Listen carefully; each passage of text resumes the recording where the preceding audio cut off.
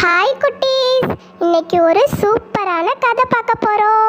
ஒரு குட்டி தக்காளி திருடன் கிட்ட இருந்து அவரோட மாடை காப்பாற்றி கூட்டிகிட்டு வரப்போகுது. அது எப்படின்னு பார்க்கலாமா? வாங்க பார்க்கலாம். ஒரு அழகான கிராமத்தில் ஒரு விவசாயி இருந்தாராம். அவர் தன்னோட தோட்டத்தில் காய்கறி எல்லாம் பறிச்சுட்டு வந்து தன்னோட மனைவி கிட்ட கொடுத்து சமைக்க சொன்னாராம். காவேரி, நம்ம தோட்டத்துல இருந்து நிறைய காய்கறி பறிச்சுட்டு வந்திருக்கேன். அதெல்லாம் சமைச்சு வயலுக்கு எடுத்துட்டு வா, நான் போய் வயல்ல வேலை பார்த்துட்டு இருக்கேன் அப்படின்னு சொல்லிட்டு அவங்க வயலுக்கு போயிட்டாங்களாம். அப்போது அவங்க மனைவி காய்கறிகள் எடுத்து கட் பண்ணிட்டு இருந்தாங்களாம். அப்போது அங்கே தக்காளி இருந்துச்சான். அந்த தக்காளி சொல்லிச்சான், அம்மா அவனை கட் பண்ணாதீங்க, நான் உங்களுக்கு நிறைய வேலைகள் செஞ்சு கொடுப்பேன். உங்கள் புள்ள மாதிரி இருந்து உங்கள் எல்லாரையும் நல்லா பார்த்துக்குவேன். என்னை கட் பண்ணாதீங்க, என்னை கட் பண்ணாதீங்க. அவங்களும் சரின்னு சொல்லி அந்த தக்காளி பழத்தை அவங்க பிள்ளையா நினச்சி வளர்த்தாங்களாம். அப்போ ஒரு நாள் குட்டி தக்காளியும் அவங்க அப்பாவும் வயலுக்கு வேலை பார்க்க போனாங்களாம். குட்டி தக்காளியோட அப்பா வயலில் மாடுகளை வச்சு உழுதுட்டு இருந்தாங்களாம். அந்த தக்காளி அதை நின்று பார்த்துட்டு இருந்துச்சான். அப்போது அங்கே ஒரு திருடன் வந்தானா. அந்த திருடன் அந்த மாடுகளை பிடிச்சிட்டு போயிடலாம் அப்படின்னு சொல்லிட்டு அங்கேயே நின்று பார்த்துட்டு இருந்தானா. அப்போது குட்டி தக்காளியும் அவங்க அப்பாவும் சாப்பிட வீட்டுக்கு போனதுக்கப்புறம் அந்த மாடுகளை அந்த திருடன் பிடிச்சிட்டு போயிட்டானா.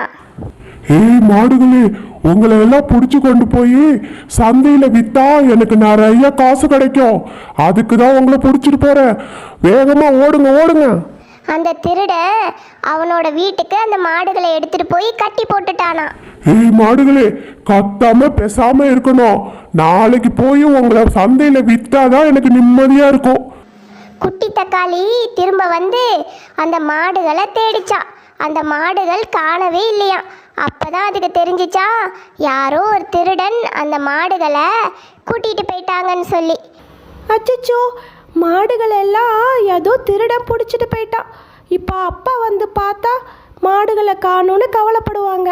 அப்பா வர்றதுக்குள்ளே நம்ம போய் அந்த மாடுகளை திரும்ப கூட்டிகிட்டு வந்துடணும் அப்படின்னு சொல்லி அந்த குட்டி தக்காளி நடந்து போயிட்டு இருந்துச்சான்.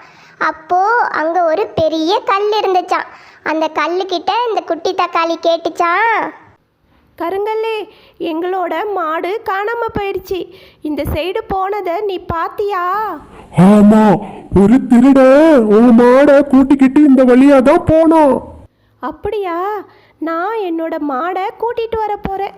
நீயும் என்னோட வரியா கருங்கல்லே? சரி குட்டி தக்காளி, நானும் உன்னோட வந்து உனக்கு உதவி செய்யறேன் அப்படின்னு சொல்லிச்சான். கருங்கல்லும் குட்டி தக்காளியும் நடந்து போயிட்டு இருந்தாங்களாம். அப்போது அங்கே ஒரு தேள் இருந்துச்சான். அந்த தேள் குட்டி தக்காளியை பார்த்து கேட்டுச்சான், குட்டி தக்காளியே, நீங்கள் ரெண்டு பேரும் எங்கே போயிட்டு இருக்கீங்க? எங்களோட மாடை திருடன் திருடிட்டு போயிட்டான். அதனால நாங்கள் போய் அதை கூட்டிட்டு வர போகிறோம்.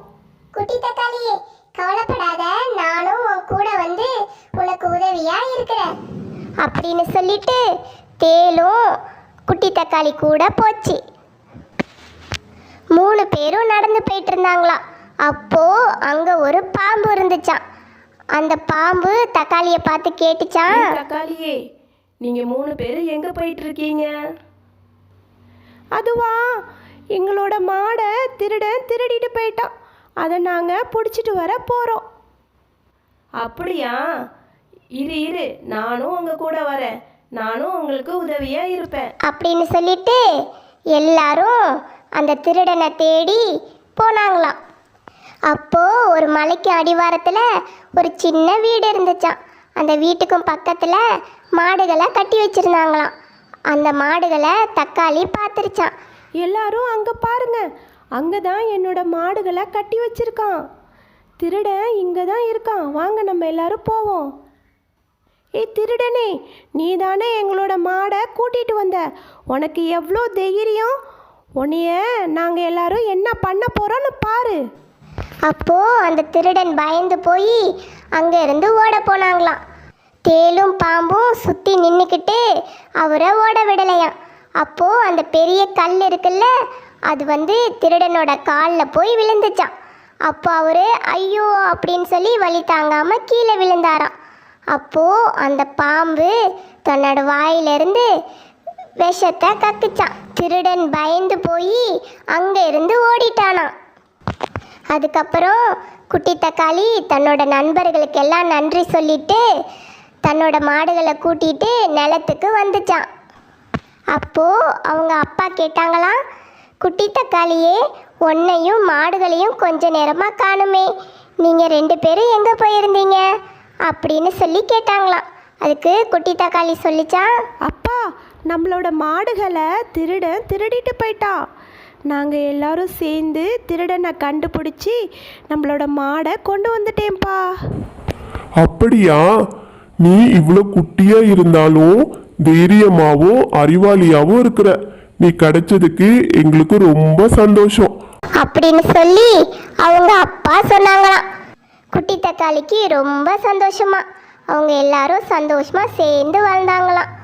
குட்டீஸ், இந்த கதை உங்களுக்கு பிடிச்சிருக்கா? குட்டி தக்காளி எவ்வளோ அறிவாகவும் தைரியமாகவும் இருந்து தன்னோட மாடுகளை கூட்டிகிட்டு வந்துருச்சு. அதே மாதிரி நம்மளும் எப்பயும் தைரியமாக இருக்கணும். ஓகேவா குட்டீஸ்? குட்டீஸ், நம்ம சேனலை சப்ஸ்கிரைப் பண்ணி வச்சுக்கோங்க. அப்போ தான் நான் போடுற வீடியோலாம் உங்களுக்கு வரும். ஓகேவா? பாய், தேங்க்யூ.